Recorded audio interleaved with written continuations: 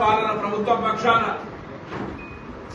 తెలంగాణ ప్రజాపాలన పక్షం తరఫున భారతీయ జనతా పార్టీ ప్రకటనలు ఇచ్చినన్ని కూడా ప్రతి మున్సిపల్ కొత్తగా అయ్యే చైర్మన్లు కౌన్సిలర్లు దగ్గర పెట్టుకోండి అన్ని పేపర్లు భారతీయ జనతా పార్టీ నాయకత్వాన్ని నిలదీయాల్సిన అవసరం ఏర్పడుతుంది. ఇచ్చినటువంటి ప్రతి హామీని అమలు చేయడానికి ఇవన్నీ కూడా ముఖ్యమైనటువంటి రాష్ట్ర ప్రభుత్వం తరఫున తప్పకుండా ప్రణాళిక చేస్తాం. అవన్నీ కూడా రిపోర్ట్లు ఇస్తాం.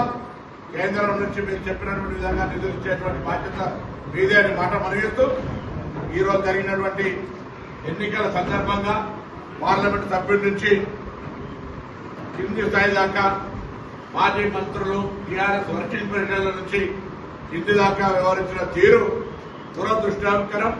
ప్రజాస్వామ్యానికి ఇది మంచిది కాదనే మాట సందర్భంగా మనం ఎవరన్నీ చేసినా కాంగ్రెస్ ప్రజాపాలన ప్రభుత్వం రేవంత్ రెడ్డి గారి నాయకత్వంలో ఉన్న ఈ ప్రభుత్వం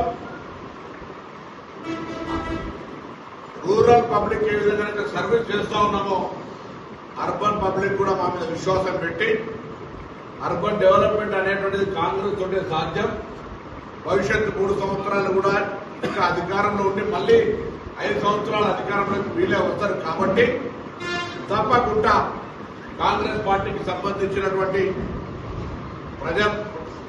ప్రతినిధులనే ఎన్నుకోవాలి, వాళ్ళకి అవకాశం ఇవ్వాలి అనేటువంటి ఆలోచనతో ప్రజలు కాంగ్రెస్ పార్టీని గెలిపించే విధంగా చర్యలు తీసుకున్నారు. వాళ్ళని నేను సందర్భంగా ధన్యవాదాలు తెలియజేస్తాను.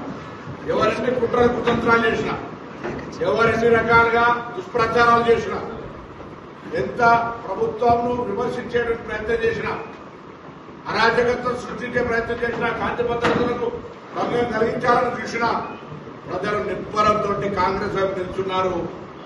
రాష్ట్ర వ్యాప్తంగా మెజార్టీ 80% పైన కాంగ్రెస్ మున్సిపల్ గెలుపు జరుగుతా ఉంది. ఇది ప్రజాస్వామ్యానికి నిదర్శనం అనే మాట పనిచేస్తూ తప్పకుండా ప్రజల ఆకాంక్షకు అనుగుణంగా మేము ఇచ్చినటువంటి గృహాలకు అభివృద్ధికి ఇచ్చినటువంటి హామీలకు అనుగుణంగా తప్పకుండా మా ప్రజాపాలన ప్రభుత్వం అభివృద్ధి చేస్తుంది.